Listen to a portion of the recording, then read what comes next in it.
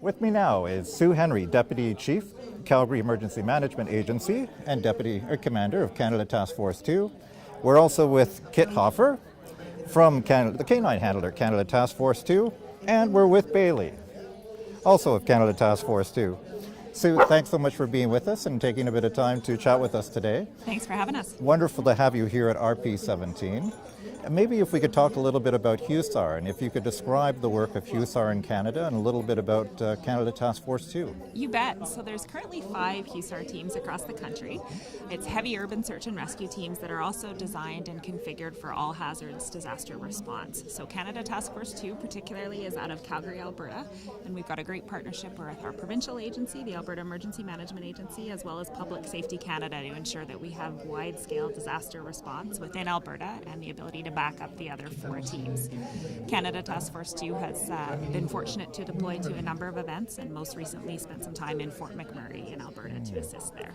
Maybe we could turn to the work of Kit and Bailey. And Kit, thanks so much for joining us. Yes, it's a pleasure to be here. Thank you very much for having us. How long has Bailey been a member of the team? She's been a member of the team now for about 3 years. It takes us about 18 months to get the dogs up to certified standard to deploy.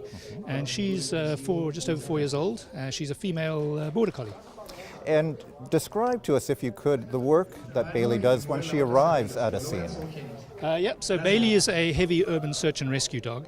Bailey's job is to be part of that initial team that goes in when we get on scene for any of these major disasters, building collapses, that sort of thing. And we send Bailey in to try and find live humans, people that we can devote the rescue resources to.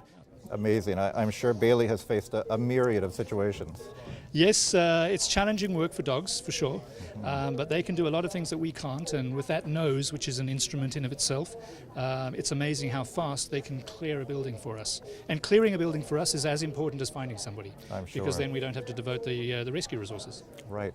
And how long a career would a dog like Bailey look forward to? Well, I hope, fingers crossed, that Bailey has a long career. A dog that searched 9/11 just retired in 2015. That was a border collie. Typically, the smaller breeds like the border collies would have a longer working life. The larger breeds, so we have lots of German shepherds and Labrador retrievers. The larger breeds, typically 8 or 10 years is a good search life. I would hope Bailey does 10 or 12, and who knows, maybe longer. Well, we hope the 3 of you have long and prosperous, although we hope that you have quiet careers, but, but we're certainly glad that you do the work that you do, and again, much appreciated.